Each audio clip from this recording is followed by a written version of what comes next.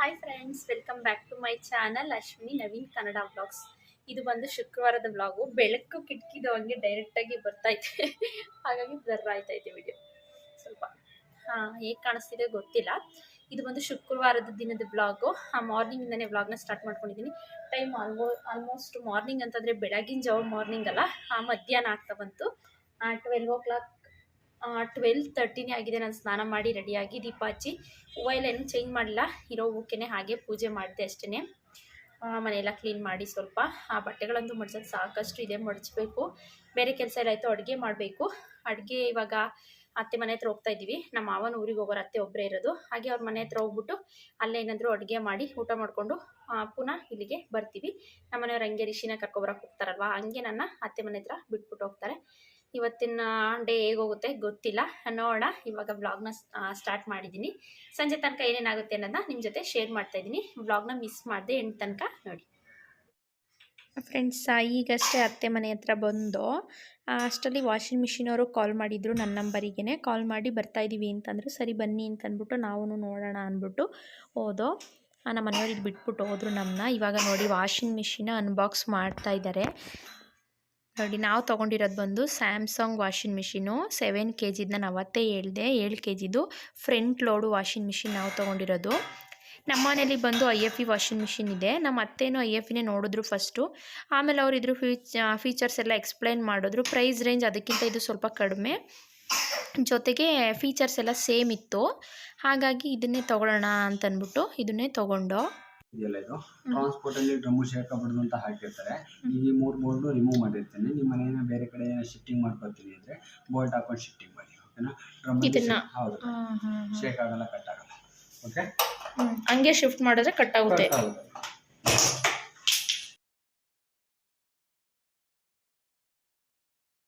ಅವರು ಒಂದೊಂದೇ ಎಕ್ಸ್ಪ್ಲೈನ್ ಮಾಡಿಕೊಂಡು ಅದನ್ನೆಲ್ಲ ಫಿಟ್ ಮಾಡಿಕೊಂಡ್ರು. ಏನಿಲ್ಲ, ಬ್ಯಾಕ್ ಸೈಡ್ ಇದ್ದಂಥ ಇದಿರುತ್ತೆ, ಥ್ರೆಡ್ ಹಾಕ್ಬಿಟ್ಟು ಟೈಟಾಗಿ ಡ್ರಮ್ಮು ಶೇಕ್ ಆಗಬಾರ್ದು ಅಂತ ಹಾಕಿರ್ತಾರೆ. ಅದನ್ನು ರಿಮೂವ್ ಮಾಡಿಕೊಂಡು ಇವಾಗ ಸ್ಟ್ಯಾಂಡ್ ಮೇಲೆ ಇಡ್ತಿದ್ದಾರೆ. ಸ್ಟ್ಯಾಂಡು ಬಂದು ನಾವೇನೇ ತಗೊಬರೋಕ್ಕೆ ಹೇಳಿದ್ದು, ಅದರಲ್ಲಿ ಜೊತೆಗೇನು ಬರಲ್ಲ. ಸ್ಟ್ಯಾಂಡಿಗೆ ಬಂದು 1600 ಏನೋ ಪೇ ಮಾಡಬೇಕು. ಜೊತೆಗೆ ವಾಷಿಂಗ್ ಮಿಷಿನ್ ಕವರು ಬಂದು 600 ರುಪೀಸು, ಸ್ಟ್ಯಾಂಡು ಬಂದು 1600 ರುಪೀಸು. ನೀವು ಬೇಕು ಅಂದರೆ ತೊಗೋಬೋದು, ಬೇಡ ಅಂದ್ರೇನಿಲ್ಲ. ನಾವು ಒಂದೇ ಸಲ ಕಂಪ್ಲೀಟಾಗಿ ಎಲ್ಲ ಇರುತ್ತಲ್ವ ಸೆಟ್ ಅಂದ್ಬಿಟ್ಟು ತರಿಸಿದ್ದು. ಇವಾಗ ವಾಷಿಂಗ್ ಮಿಷಿನ್ ಆನ್ ಮಾಡಿಕೊಂಡ್ರು. ನಾನು ವಾಷಿಂಗ್ ಮಿಷಿನ್ ಪ್ರೈಸ್ನೂ ಕೂಡ ಹೇಳ್ತೀನಿ ಮಧ್ಯದಲ್ಲಿ. ನೀವು ವಿಡಿಯೋನ ಎಲ್ಲೂ ಮಿಸ್ ಮಾಡಿದೆ, ಸ್ಕಿಪ್ ಮಾಡಿದೆ ನೋಡಿ, ಗೊತ್ತಾಗುತ್ತೆ ನೋಡಿ. ಈ ಥರ ಇದು ಫಿಕ್ಸ್ ಆಗಿರುತ್ತೆ, ಓಕೆನಾ? ವಾಟರಲ್ಲಿ ಡಸ್ಟ್ ಎಲ್ಲ ಏನಾದ್ರು ಬಂದರೆ ಇದ್ರ ಬಂದು ಕಲೆಕ್ಟ್ ಆಗುತ್ತೆ, ಓಕೆನಾ? ಆವಾಗ ನಿಮಗೆ ಡಿಸ್ಪ್ಲೇ ಬಂದು 4C ಅಂತ ಎರರ್ ಕೋಡ್ ತೋರಿಸುತ್ತೆ. 4C ಇದೆ. ಅವಾಗ ಇದನ್ನು ತೆಗೆದುಬಿಟ್ಟು ಕ್ಲೀನ್ ಮಾಡ್ಕೊಳ್ಳಿ. ಇದನ್ನ ತೆಗೆದು ಕ್ಲೀನ್ ಮಾಡ್ಬೋದಾ? ಹೌದು, ಓಕೆನಾ? ಡಸ್ಟ್ ಎಲ್ಲ ಕೂತಿರ್ತೈತೆ. ಇದನ್ನ ಈ ಥರ ತೆಗೀರಿ, ನೀರು ಗಿಡೀರಿ, ಈ ಥರ ಇದು ಮಾಡಿ, ಓಕೆನಾ? ಇದರ ಡಸ್ಟ್ ಎಲ್ಲ ನಿಮಗೆ ರಿಮೂವ್ ಆಗ್ತೈತೆ, ಓಕೆನಾ? ಇದು ಈ ಥರ ಥ್ರೆಡ್ಡಿಂಗ್ ಇರುತ್ತೆ.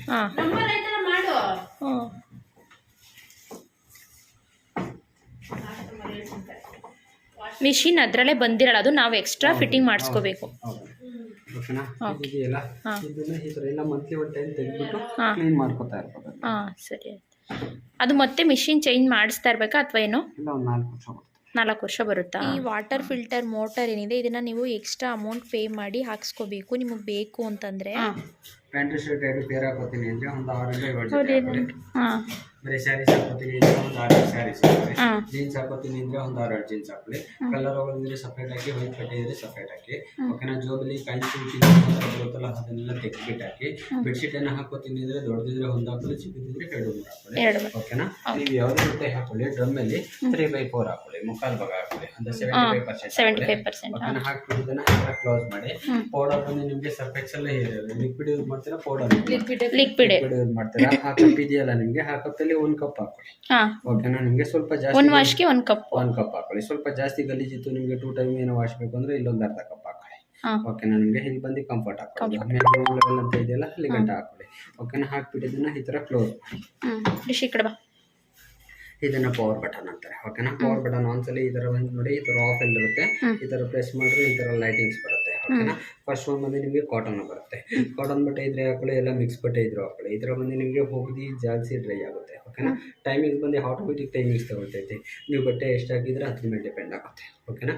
70 to 80% ಡ್ರೈ ಆಗಿರುತ್ತೆ, 20 to 30% ಔಟ್ ಸೈಡ್ ಡ್ರೈ ಮಾಡ್ಕೊಳ್ಳಿ. ಓಕೆನಾ. ನಿಮಗೆ ಇದು ನಾಬ್ ಇದೆಯಲ್ಲ, ಇದನ್ನ ರೈಟ್ ಸೈಡ್ ಟರ್ನ್ ಮಾಡ್ಕೊಳ್ಳಿ. ನೆಕ್ಸ್ಟ್ ಪ್ರೋಗ್ರಾಮ್ ಚೇಂಜ್ ಆಗುತ್ತೆ. ಕಾಟನ್ನು ಈ ಕಾಟನ್ನು ಎರಡು ಒಂದೇ ಪ್ರೋಗ್ರಾಮ್. ಸ್ವಲ್ಪ ಜಾಸ್ತಿ ಗಲೀಜಿದ್ರೆ ಈ ಕಾಟನ್ ಹಾಕೊಳ್ಳಿ. ಜಾಸ್ತಿ ಟೈಮ್ ಇಟ್ಕೊಂಡು ಹೋಗಿ ಜಾಲಿಸಿ ಡ್ರೈ ಆಗುತ್ತೆ. ಓಕೆನಾ. ನೆಕ್ಸ್ಟ್ ಒಂದು ಬಂದು ನಿಮಗೆ ಸಿಂಥೆಟಿಕ್ ಅಂದರೆ ಸ್ಯಾರೀಸ್. ಬರೀ ಸ್ಯಾರೀಸ್ ಹಾಕೋತೀನಿ ಅಂದರೆ ಸಿಂಥೆಟಿಕ್ ಹಾಕೊಳ್ಳಿ. 25 ಮಿನಿಟ್ಸ್ ಕಂಪ್ಲೀಟ್ ಆಗ್ತೈತೆ. ಓಕೆನಾ. ನೆಕ್ಸ್ಟ್ ರಿನ್ನು ಮತ್ತೆ ಸ್ಪಿನ್ ಅಂತ ಬಟ್ಟೆನ ಔಟ್ ಸೈಡ್ ನಾವು ಹೋಗ್ತಿರ್ತೀರ, ಬರೀ ಜಾಲ್ಸಿ ಡ್ರೈ ಮಾಡಬೇಕು. ಓಕೆನಾ. ಕರೆಂಟ್ ಇರಲ್ಲ, ಹೋಗ್ಬಿಟ್ಟಿರ್ತೀರ, ಬಟ್ಟೆ ಒಳಗಡೆ ಇಟ್ಬಿಟ್ಟು ರಿನ್ನು ಮತ್ತೆ ಸ್ಪಿನ್ಗೆ ಸ್ಟಾರ್ಟ್ ಮಾಡಿ ಬರೀ ಜಾಲ್ಸಿ ಡ್ರೈ ಆಗ್ತದೆ. ಓಕೆನಾ. ಇದು ಹೋಲ್ ಸ್ಪಿನ್ ಅಂತ ಹೋಗ್ದಿ ಜಾಲ್ಸಿರ್ತೀರ, ಬರೀ ಡ್ರೈ ಮಾಡಬೇಕು. ಸ್ಟಾರ್ಟ್ ಮಾಡಿ ಬರೀ ಡ್ರೈ ಆಗ್ತದೆ. ಓಕೆನಾ. ಇದು ಟಪ್ ಕ್ಲೀನ್ ಅಂತ. ಮಂತ್ಲಿ ಟೈಮ್ ನೀವು ಡ್ರಮ್ ಕ್ಲೀನ್ ಮಾಡ್ಕೋಬೇಕು.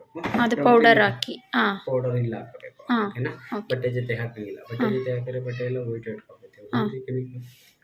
ಮಿಷಿನ್ ಮೇಂಟೆನೆನ್ಸ್ಗೆ ಇದನ್ನು ಸೆಲೆಕ್ಟ್ ಮಾಡಿ ಸ್ಟಾರ್ಟ್ ಮಾಡಿ ಗಂಟೆ. ಓಕೆನಾ. ನಿಮ್ಗೆ ಆಟೋಮೆಟಿಕ್ ಆಗಿ ಅದು ವಾಶ್ ಆಗುತ್ತೆ. ನೆಕ್ಸ್ಟ್ ಬೆಡ್ಡಿಂಗ್ ಅಂದರೆ ಬೆಡ್ಶೀಟ್.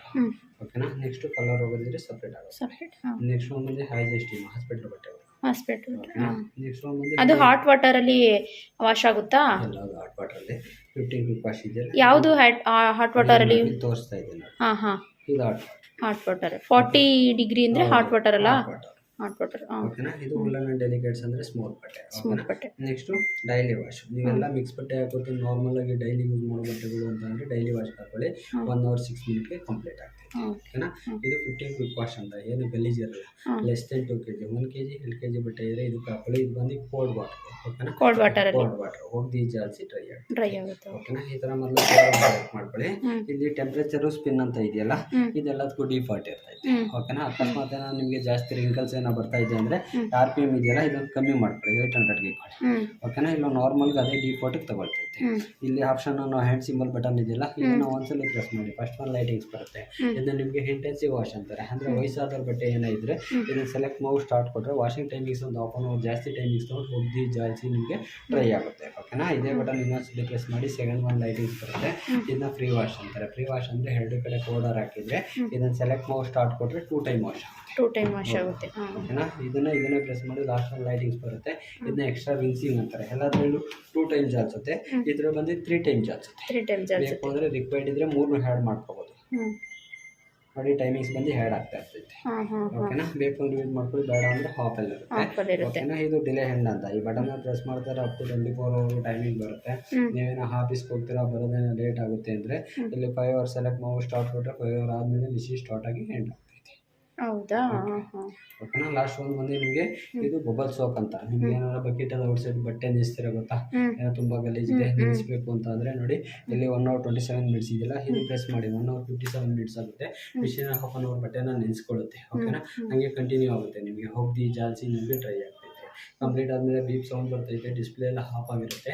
70 to 80% ಡ್ರೈ ಆಗಿರುತ್ತೆ. ಒಂದು 20 to 30% ಔಟ್ ಸೈಡ್ ಡ್ರೈ ಮಾಡ್ಕೊಳ್ಳಿ. ಓಕೆನಾ. ಮೋಟರ್ ಬಂದು 10 year ವಾರಂಟಿ ಇರುತ್ತೆ. 3 years ಸರ್ವಿಸ್ ಫ್ರೀ ಇರುತ್ತೆ. 3 years ಸರ್ವಿಸ್ ಫ್ರೀನಾ? ಹೌದು ಮೇಡಮ್. ಏನೋ ಪ್ರಾಬ್ಲಮ್ ಆದರೆ ಮ್ಯಾನ್ಯಲ್ ಬುಕ್ ಕೊಟ್ಟಿರ್ತೀವಿ. ಅದರಲ್ಲಿ ಕಸ್ಟಮರ್ ಕೇರ್ ನಂಬರ್ ಇರ್ತೈತೆ. ಕಂಪ್ಲೇಂಟ್ ರಿಜಿಸ್ಟರ್ ಮಾಡಿ ಟೆಕ್ನಿಷಿಯನ್ ಬಂದು ಚೆಕ್ ಮಾಡ್ತಾರೆ. ಓಕೆನಾ. ಜೋಬಲ್ಲಿ ಕಾಯಿನ್ಸು ಪಿನ್ನು ಆ ಥರ ಏನಿದ್ರೆ ಇದ್ರ ಬಂದು ಕಲೆಕ್ಟ್ ಆಗುತ್ತೆ. ಓಕೆನಾ. ಇದನ್ನು ಲೆಫ್ಟ್ ಸೈಡಿಗೆ ತಿರುಗಿಸಿ ತೆಗೆದ್ಬಿಟ್ಟು ಇದನ್ನು ಕ್ಲೀನ್ ಮಾಡ್ಕೊಳ್ಳಿ. Monthly one time. ಇದೊಂದು ಟಪ್ ಕ್ಲೀನ್, ಒಂದು ಫಿಲ್ಟರ್ ಕ್ಲೀನ್ ಮಾಡಿಕೊಂಡು ನಿಮಗೆ ವಾಷಿಂಗ್ ಕ್ವಾಲಿಟಿ ಚೆನ್ನಾಗಿ ಬರುತ್ತೆ. ಬಟ್ಟೆ ಇದೆ ಇವಾಗ ಬಟ್ಟೆ ಯಾವುದಾದ್ರೂ ಹಾಸಿಗೆ ಮೇಲದು ಹೋಗ್ತೀರಾ, ಬೆಡ್ ಮೇಲದು? ಅವ್ರೊಂದು ಸ್ಯಾಂಪಲ್ ತೋರಿಸ್ತಾರೆ. ನೀನು ಏನದು ಬೇಡ, ನೀನು ಸೈಡ್ ಬಾ ಸುಮ್ಮನೆ. ಅಜ್ಜಿ ಆಗ್ತೈತಿ ಅದು ಮುದ್ರೆ ಕೆಟ್ಟೋಯ್ತೈತಿ. ಕೈ ತೆಗಿ ಬಾಯಿಂದ.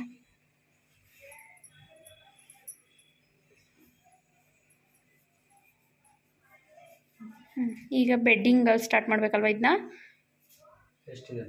ಸ್ವಲ್ಪ ನೀರು.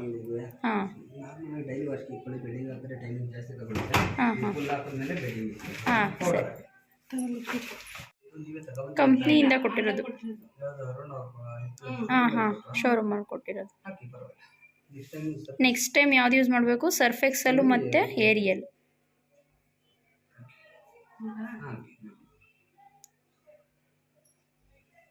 ಈ ಕಡೆ ಬಾರಿಶ್ ಕ್ಲೋಸ್ ಮಾಡಿ.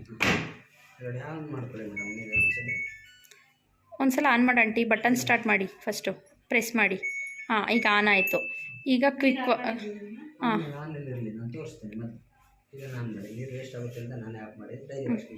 ಡೈಲಿ ವಾಶ್ ಇನ್ನೊಂದು ಬಟ್ಟೆ ಹಾಂ ಹಾಂ ನೆನೆಸ್ಬೇಕಾ ಬಟ್ಟೆ ನೆನ್ನಿಲ್ಲ ಸ್ವಲ್ಪ ಸ್ವಲ್ಪ ನೆನೆಬೇಕಾ ಇದನ್ನು ಪ್ರೆಸ್ ಮಾಡಿ ಓಕೆನಾ ಇದು ಸ್ಟಾರ್ಟ್ ಇದನ್ನು ನೀರು ತಿರುಗಿಸಿ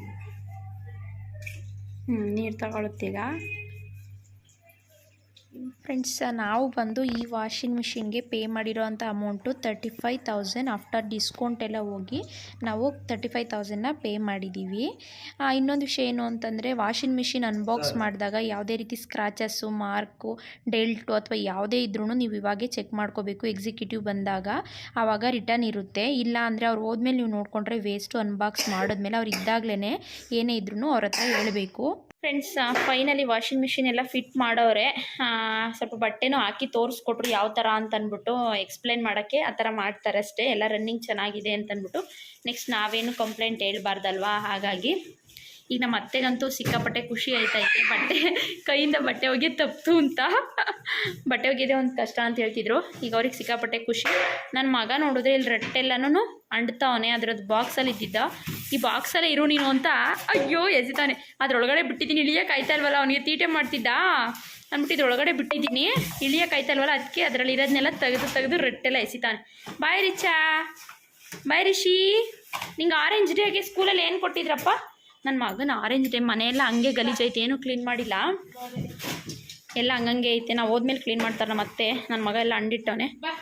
ಆರೆಂಜ್ ಡೇಗೆ ಈ ಥರ ಸ್ಟ್ರಾಲಿ ಈ ಥರ ಆರೆಂಜ್ ಫೇಸ್ನ ಮಾಡಿ ಕೊಟ್ಟವ್ರೆ ಪಾಪುಗೆ. ಆರೆಂಜ್ ಡೇ ರಿಷಿಗೆ ಆರೆಂಜ್ ಡೇ. ಜಂಪ್ ಮಾಡು. ಎಲ್ಲ ಈಗ ಕ್ಲೀನ್ ಮಾಡ್ತಾರೆ. ಈಗ ನಾವು ಹೋಗ್ತೀವಿ. ಊಟ ಎಲ್ಲ ಮಾಡಾಯ್ತು, ಉಪ್ಸಾರು ಮಾಡಿ ಅನ್ನ ಮಾಡಿ ಊಟ ಎಲ್ಲ ಮಾಡಾಯ್ತು. ಬಿದ್ದೋಯ್ತು ರಿಷಿ ನಿಂದು ಆರೆಂಜ್ ಬಿತ್ತು ಬಿತ್ತು ಬಿತ್ತು ಬಿತ್ತು ಬಿತ್ತು ಹಿಡ್ಕೊ, ಬಿಸಾಕರೆ ಮತ್ತೆ ಕೊಡಲ್ಲ. ಬಾಯ್ ಮಾಡು ಅಜ್ಜಿಗೆ ಹೋಗೋಣ. ಅತ್ತೆ ಮನೆಯಿಂದ ಬಂದಾದಮೇಲೆ ಅಮ್ಮ ಸ್ವಲ್ಪ ಡಿಮಾರ್ಟ್ಗೆ ಹೋಗಬೇಕು, ಗ್ರೋಸರೀಸ್ ಬೇಕು ಅಂತ ಹೇಳ್ತಿದ್ರು. ಹಾಗಾಗಿ ಸರಿ ಅಂದ್ಬಿಟ್ಟು ನಾವು ಫ್ರೀ ಇದ್ದೋ ಅಲ್ವಾ ಅಂದ್ಬಿಟ್ಟು ಹೋಗ್ತಾಯಿದ್ದೀವಿ. ಆಟೋ ಮಾಡ್ಕೊಂಡು ಹೋಗ್ಬಿಟ್ಟು ಬಂದ್ಬಿಡೋಣ ಬೇಗ ಅಂದ್ಬಿಟ್ಟು. ಆಲ್ಮೋಸ್ಟು 4 ಓ ಕ್ಲಾಕ್ ಆಗಿತ್ತು ನಾವು ಹೊರಟಾಗ. ಗ್ರೋಸರೀಸ್ನೆಲ್ಲ ಶಾಪ್ ಮಾಡಿಕೊಂಡು ಬರ್ತಾಯಿದ್ದೀವಿ. ರಿಷಿ ನೋಡಿ, ಅವನಂತೂ ನೋಡಿದ್ದೆಲ್ಲ ಬೇಕು. ಆ ಕಿಂಡರ್ ಜಾಯ್ ಅಂತೂ ಬೇಕು ಅಂತ ಹಠ ಮಾಡ್ತಾನೆ. ಇವಾಗ ಎಲ್ಲ ಶಾಪ್ ಮುಗಿಸ್ಕೊಂಡು ಒಳಗಡೆ ಏನು ವಿಡಿಯೋ ಮಾಡೋ ಹಾಗಿಲ್ಲ. ಮತ್ತು ಇನ್ನೇನು ಲಾಸ್ಟ್ ವಿಡಿಯೋದಲ್ಲೆಲ್ಲ ತೋರಿಸಿದ್ದೆ ಅಲ್ವಾ ಅದೇನು ಅಂತ ಅಂದ್ಬಿಟ್ಟು ನಾನೇನು ಶೂಟ್ ಮಾಡಲಿಲ್ಲ. ಆ ವಿಡಿಯೋ ಕೂಡ ಶೂಟ್ ಮಾಡೋಂಗೂ ಇಲ್ಲ ಅಲ್ಲಿ. ಹಾಗಾಗಿ ಇವಾಗೆಲ್ಲ ಶಾಪೆಲ್ಲ ಮುಗಿಸ್ಕೊಂಡು ಬರ್ತಾಯಿದ್ದೀವಿ. ಜಾಸ್ತಿ ಏನಿಲ್ಲ, ಕೆಲವೊಂದು ಐಟಮ್ಸ್ ಮಾತ್ರ, ಡೈಲಿ ಯೂಸ್ದು ಐಟಮ್ಸು. ನಾನೇನು ಬೈ ಮಾಡಲಿಲ್ಲ, ಯಾಕೆಂದರೆ ಇತ್ತು ನನ್ನ ಹತ್ರ ಗ್ರೋಸರೀಸ್ ಐಟಮ್ಸು. ಹಾಗಾಗಿ ನಾನೇನು ಬೈ ಮಾಡಿಲ್ಲ. ಕೆಲವೊಂದು ಸ್ವೀಟು ಮತ್ತು ಜ್ಯೂಸು ಆ ಥರ ಐಟಮ್ಸ್ನ ಬೈ ಮಾಡಿದೆ ಅಷ್ಟೇ. ಇವಾಗ ಶಾಪಿಂಗ್ ಎಲ್ಲ ಮುಗೀತು. ಪಾಪ್ಕಾರ್ನ್ ತಿನ್ನೋಣ ಅಂತ ಹೇಳ್ತಾಯಿದ್ದೆ. ನಮ್ಮಮ್ಮ ಬೇಡ ಅಂತಂದರು. ರಿಷಿ ಐಸ್ ಕ್ರೀಮ್ ಕೇಳ್ತಾ ಇದ್ದ, ಕೋಲ್ಡು ಬೇಡ ಐಸ್ ಕ್ರೀಮು ಅಂತ ಅಂದು. ಅಲ್ಲಿಂದ ಟರ್ನಾಗಿ ಸೈಡ್ ಬರಬೇಕಾದ್ರೆ ಪಿಜ್ಜಾ ಕೇಳ್ತಾ ಇದ್ದ ಅವನು. ಆಲ್ಮೋಸ್ಟು ಕೇಳ್ತಾನೆ ಇದ್ದ ಸುಮಾರು ದಿನದಿಂದ. ನಾನು ಕೂಡ ಕೊಡ್ಸೋಕ್ಕೆ ಹೋಗಿರಲಿಲ್ಲ. ಸರಿ ಅಂದ್ಬಿಟ್ಟು ಇದು ಡಿಮಾರ್ಟ್ ಆಪೋಸಿಟೇನೇ ಪಿಜ್ಜಾ ಹಟ್ ಇದೆ. ಇದು ಬಂದು ಸುಂಗದಕಟ್ಟೆ ಬ್ರ್ಯಾಂಚಲ್ಲಿರೋವಂಥ ಡಿಮಾರ್ಟು. ಹಾಗೆ ತಿನ್ಕೊಂಡು ಹೋಗೋಣ ಅಂತಂದ್ಬಿಟ್ಟು. ನನಗಿದೆಲ್ಲ ಇಷ್ಟ ಆಗಲ್ಲ, ಪಿಜ್ಜಾ ಎಲ್ಲ. ನಮ್ಮ ಅಮ್ಮನಿಗೂ ಕೂಡ ಇಷ್ಟ ಆಗಲ್ಲ. ಆದರೆ ಪಾಪು ಕೇಳ್ತಿದ್ದ ಅಲ್ವಾ, ಬಿಡು ಹೊರಗಡೆ ಬಂದಾಗ ಕೊಡಿಸ್ಲಿಲ್ಲ ಅಂದರೆ ಅಂದ್ಬಿಟ್ಟು. ಅವ್ರ ಪಪ್ಪ ಇದ್ದರೆ ನಾವು ಮನೆಗೆ ಪಾರ್ಸಲ್ ತಂದು ತಿಂತೀವಿ. ನಮ್ಮ ರಿಷಿ ಸ್ವಲ್ಪ ತೀಟೆ ಮಾಡ್ತಾನೆ, ಮತ್ತು ನಾವು ಅಲ್ಲೆಲ್ಲ ವೆಯ್ಟ್ ಮಾಡೋದೆಲ್ಲ ನನಗಷ್ಟು ಇಷ್ಟ ಆಗಲ್ಲ. ಹಾಗಾಗಿ ಮನೆಗೆ ಪಾರ್ಸಲ್ ತೊಗೋತೀವಿ, ಇಲ್ಲಾಂದರೆ ಬುಕ್ ಮಾಡಿ ತರಿಸ್ಕೊಂಡು ತಿಂತೀವಿ ಬೇಕು ಅಂತಂದರೆ. ಅಲ್ಲಿ ಏನೋ ಒಂಥರ ನನಗೆ ಒಂಥರ ಮುಜುಗರ ಥರ ಆಗುತ್ತೆ ಅಂದ್ಬಿಟ್ಟು ನಾನು ಅಷ್ಟು ಇದು ಮಾಡಲ್ಲ. ಇವಾಗ ಮೊದಲು garlic bread, chilli spicy garlic ಬ್ರೆಡ್ನ ಆರ್ಡರ್ ಮಾಡಿದ್ದೋ. ಗಾರ್ಲಿಕ್ ಬ್ರೆಡ್ ನನಗಿಷ್ಟ, ನಮ್ಮ ಅಮ್ಮನೂ ತಿಂದರು. ಚೆನ್ನಾಗಿರುತ್ತೆ, ಒಂಥರ ತಿನ್ಬೋದು ಅಂತ ಅನ್ನಿಸ್ತು. ಗೀ ಎಲ್ಲ ಹಾಕಿ ಮತ್ತು ಚಿಲ್ಲಿ ಎಲ್ಲ ಹಾಕಿ, ಚಿಲ್ಲಿ ಫ್ಲೇಕ್ಸ್ ಎಲ್ಲ ಹಾಕಿ ರೋಸ್ಟ್ ಮಾಡಿರ್ತಾರೆ. ಚೆನ್ನಾಗಿರುತ್ತೆ ಗಾರ್ಲಿಕ್ ಬ್ರೆಡ್ಡು. ನಾನು ತಿಂದಿದ್ದೀನಿ ಇಲ್ಲಿ ಬಂದಾಗ ಆಲ್ಮೋಸ್ಟು. ಇಲ್ಲಾಂದರೆ ಆನ್ಲೈನಲ್ಲಿ ಬುಕ್ ಮಾಡಿ ಕೂಡ ತರಿಸ್ಕೊಂಡು ತಿಂತೀವಿ ಇದನ್ನು. ಚೆನ್ನಾಗಿದೆ ನೋಡಿ, ತಿಂತಾಯಿದ್ದೀನಿ. ಇದು ಅಲ್ಲೇ ತಿನ್ನೋಕ್ಕೆ ಚೆನ್ನಾಗಿರುತ್ತೆ. ಮನೆಗೆ ಬರೋಷ್ಟೊತ್ತಿಗೆ ಸ್ವಲ್ಪ ಗಟ್ಟಿಯಾಗಿರುತ್ತಲ್ವ, ಹಾಗಾಗಿ ಸ್ವಲ್ಪ ಡ್ರೈ ಅಂತ ಅನಿಸುತ್ತೆ. ನೆಕ್ಸ್ಟ್ ಬಂದು ಕಾರ್ನ್ ಪಿಜ್ಜಾ ಕೇಳ್ದ ರಿಷಿ ಅಂತ ಅಂದ್ಬಿಟ್ಟು. ಚಿಕ್ಕದು ಸ್ಮಾಲ್ ಸೈಜ್ ಅಷ್ಟೇ, ಯಾವುದು ದೊಡ್ಡ ತೊಗೊಂಡಿಲ್ಲ. ತಿನ್ನಲ್ಲ, ಸುಮ್ಮನೆ ವೇಸ್ಟ್ ಆಗುತ್ತೆ. ಅವ್ನು ತಿನ್ನೋದು ಒಂದು ಪೀಸ್ಗೆ ಹಠ ಮಾಡ್ತಾನೆ ಅಂದ್ಬಿಟ್ಟು. ಇವಾಗ ನಾವು ಕೂಡ ಒಂದೊಂದು ಪೀಸು ಕಾರ್ನ್ ಪಿಜ್ಜಾನ ತಿಂತಾಯಿದ್ದೀವಿ. ಚೆನ್ನಾಗಿತ್ತು. ಏನೋ ಒಂದು ಟೈಮ್ಗೆ ಯಾವಾಗಾದರೂ ಬೇಜಾರಾದಾಗ ಹೊರಗಡೆ ತಿಂಡಿ ಏನಾದರೂ ತಿನ್ನಬೇಕು ಅಂತ ಅನ್ನಿಸ್ದಾಗ ತಿನ್ಬೋದು. ಇವಾಗಲೇ ಟೈಮು 7 ಗಂಟೆ ಆಗಿತ್ತು. ನವೀನು ಫೋನ್ ಮಾಡ್ತಿದ್ರು, ಇನ್ನೂ ಬಂದಿಲ್ಲ ಅಂತ ಹೇಳಿ. ಆಟೋ ಮಾಡ್ಕೊಂಡು ಬಂದಿದ್ದವ್ರು, ಆಟೋದವ್ರೂ ಕೂಡ ವೆಯ್ಟ್ ಮಾಡ್ತಿದ್ರು. ಇವಾಗ ಬೇಗ ತಿಂದು ಮುಗಿಸಿ ಮನೆಗೆ ಹೊರಡಬೇಕು. ರಿಷಿ ಅದಕ್ಕೆ ನಾನು ಹೊರಗಡೆ ಕರ್ಕೊಬರಲ್ಲ. ಅವ್ನು ಬೇಗ ತಿನ್ನೋದು ಇಲ್ಲ, ಸುಮ್ಮನೆ ಆ ಕಡೆ ಈ ಕಡೆ ನೋಡ್ತಾ ಇರ್ತಾನೆ. ಕೇಳ್ತಾನಷ್ಟೇ, ತಿನ್ನಲ್ಲ. ಫ್ರೆಂಡ್ಸ್ ಇವಾಗಷ್ಟೇ ಡಿಮಾರ್ಟಿಂದ ಬಂದು ಚಳಿ ಅಂತೂ ಸಿಕ್ಕಾಪಟ್ಟೆ ಗಡಗಡ ಅಂತ ನಡುಗಿಸೋ ಅಷ್ಟು ಚಳಿ. ಸ್ವೆಟ್ರೇನು ಹಾಕೊಂಡು ಹೋಗಿಲ್ಲ, ಈಗ ಮನೆಗೆ ಬಂದು ಹಾಕೊಂಡೆ. ಪಾಪು ಬರ್ತಾ ಆಟೋದಲ್ಲಿ ಆಟೋ ಮಾಡ್ಕೊಂಡು ಹೋಗಿದ್ದು, ಆಟೋ ಮಾಡ್ಕೊಂಡು ಬಂದು ನವೀನ್ ಬಂದಿರಲಿಲ್ಲ ಅಲ್ವಾ, ಬಸ್ಸಿಗೆಲ್ಲ ವೆಯ್ಟ್ ಮಾಡಬೇಕು ಮತ್ತು ಆಟೋಗೂ ವೆಯ್ಟ್ ಮಾಡಬೇಕು. ಹಾಗಾಗಿ ಬ್ಯಾಗೆಲ್ಲ ಇಟ್ಕೊಂಡು ಏನು ವೆಯ್ಟ್ ಮಾಡೋದು ಅಂದ್ಬಿಟ್ಟು ಈ ಥರ ಮಾಡ್ದೋ. ರಿಷಿ ಪಿಜ್ಜಾ ತಿಂದನಲ್ಲ, ಹೊಟ್ಟೆನೂ ತುಂಬಿತು ಅಂದ್ಬಿಟ್ಟು ಆಟೋದಲ್ಲೇ ನಿದ್ದೆ ಮಾಡಿಬಿಟ್ಟ. ಬಂದು ಇವಾಗ ಮಲಗಿಸ್ದೆ. ಟೈಮು ಆಲ್ಮೋಸ್ಟು 7 ಆಗ್ತಾ ಬಂತು, 7 ಗಂಟೆ ಆಗ್ತಾ ಬಂತು. ಚಳಿ ಅಂದರೆ ಚಳಿ ಸಿಕ್ಕಾಪಟ್ಟೆ. ನಾನೇನು ಶಾಪಿಂಗ್ ಮಾಡಲೇ ಇಲ್ಲ. ಕೆಲವೊಂದೊಂದು 2 ಐಟಮ್ ಸ್ವೀಟು ಆ ಥರದ್ದು ಒಂದು 2-3 ಐಟಮ್ ಅಷ್ಟೇ ನಾನು ಶಾಪ್ ಮಾಡಿದ್ದು. ನಮ್ಮಮ್ಮ ಮಾತ್ರ ಗ್ರೋಸರೀಸ್ ತೊಗೊಂಡ್ರು. ನಾನು ಅದನ್ನೆಲ್ಲ ಏನು ಶೇರ್ ಮಾಡ್ತಾಯಿಲ್ಲ, ಯಾಕೆಂದರೆ ನಾರ್ಮಲ್ ಗ್ರೋಸರೀಸ್ ನೋಡಿರ್ತೀರಲ್ವ, ಹಾಗಾಗಿ ವಾಷಿಂಗ್ ಮಿಷಿನ್ದು ಕಂಪ್ಲೀಟಾಗಿ ರಿವ್ಯೂ ತೋರಿಸಿದ್ದೀನಿ ಯಾವ ಥರ ಅಂತಂದ್ಬಿಟ್ಟು. ಅಂದರೆ ಕಾಮನ್ನಾಗಿ ಎಲ್ಲರ ಮನೇಲೂ ಇರುತ್ತೆ ನಾರ್ಮಲಾಗಿ. ಗೊತ್ತಿಲ್ಲದೆ ಇರೋರು ಹೊಸ್ದಾಗಿ ಬೈ ಮಾಡಬೇಕು ಅಂತಿರೋರು ಅದನ್ನ ಯಾವ ಥರ ಯೂಸ್ ಮಾಡೋದು ಅಂತ ಕೆಲವರೆಲ್ಲ ಭಯ ಪಡ್ಕೊಂಡು ಯಾವ ಥರನೋ ಏನೋ ಅಂತಲೂ ಯೋಚನೆ ಮಾಡ್ತಿರ್ತಾರೆ. ಅವರಿಗೋಸ್ಕರ ಅಂತಂದ್ಬಿಟ್ಟು ನಾನು ಅದನ್ನು ವಿಡಿಯೋ ಮಾಡಿಕೊಂಡೆ. ಅವರೇ ಎಕ್ಸಿಕ್ಯೂಟಿವ್ ಬರ್ತಾರಲ್ವಾ, ಆವಾಗ ಅವರಾದರೆ ಕ್ಲೀನಾಗಿ ಎಕ್ಸ್ಪ್ಲೈನ್ ಮಾಡ್ತಾರೆ. ನಮ್ಗೆ ಒಂದು ಗೊತ್ತಿದ್ರು ಒಂದು ಗೊತ್ತಿರಲ್ಲ ಅಂತಂದ್ಬಿಟ್ಟು ಇದು ಮಾಡಿದೆ. ನಮ್ಮ ಮನೇಲಿ ವಾಷಿಂಗ್ ಮಿಷಿನ್ ಇರೋದ್ರಿಂದ ನನಗೆಲ್ಲ ಗೊತ್ತು, ನಾರ್ಮಲಾಗಿ ಮಾಮೂಲಿ ಯೂಸ್ ಮಾಡೋದೆಲ್ಲ ಗೊತ್ತು. ನಾವು ಆಲ್ಮೋಸ್ಟ್ 5 ಇಯರಿಂದನೂ ನಾನು ಯೂಸ್ ಮಾಡ್ತಾಯಿದ್ದೀನಿ, 4.5 ಇಯರಿಂದನೂ ಯೂಸ್ ಮಾಡ್ತಾಯಿದ್ದೀನಿ ವಾಷಿಂಗ್ ಮಿಷಿನ್ನ, ಹಾಗಾಗಿ ಗೊತ್ತು. ಹೊಸ್ದಾಗಿ ನೋಡೋರಿಗೆ, ಹೊಸ್ದಾಗಿ ತೊಗೊಳ್ಳೋರಿಗೆ ಈಸಿ ಆಗುತ್ತಲ್ವ ಅಂದ್ಬಿಟ್ಟು ಇದು ಮಾಡಿದೆ. ಓಕೆ ಫ್ರೆಂಡ್ಸ್, ಇವತ್ತಿನ ಈ ವಿಡಿಯೋನ ನಾನು ಇಲ್ಲೇ ಎಂಡ್ ಮಾಡ್ತಾಯಿದ್ದೀನಿ. ವಿಡಿಯೋ ನಿಮಗೆ ಸ್ವಲ್ಪ ಆದರೂ ಇಷ್ಟ ಆಗಿದ್ರೆ ಗೊತ್ತಲ್ವ, ಒಂದೇ ಒಂದು ಲೈಕ್ ಮಾಡೋದನ್ನು ಮರಿಬೇಡಿ. ಇನ್ನು ಯಾರೆಲ್ಲ ನನ್ನ ಚಾನಲ್ಗೆ ಸಬ್ಸ್ಕ್ರೈಬ್ ಮಾಡ್ಕೊಳ್ಳದೆ ಹಾಗೆ ವಿಡಿಯೋಸ್ನ ನೋಡ್ತಿದ್ದೀರಾ, ಪ್ಲೀಸ್ ಇವಾಗಲೇ ಹೋಗಿ ಸಬ್ಸ್ಕ್ರೈಬ್ ಮಾಡ್ಕೊಳ್ಳಿ. ನೀವು ಸಬ್ಸ್ಕ್ರೈಬ್ ಮಾಡ್ಕೊಳ್ಳೋದ್ರಿಂದ ನಾನು ನೆಕ್ಸ್ಟ್ ವಿಡಿಯೋ ಮಾಡೋದಕ್ಕೆ ಹೆಲ್ಪ್ ಆಗುತ್ತೆ. ಹಾಗಾಗಿ ಮತ್ತು ಮುಂದಿನ ವಿಡಿಯೋ ಜೊತೆ ಸಿಗೋಣ. ಅಲ್ಲಿ ತನಕ ಟಾಟಾ, ಬಾಯ್ ಬಾಯ್.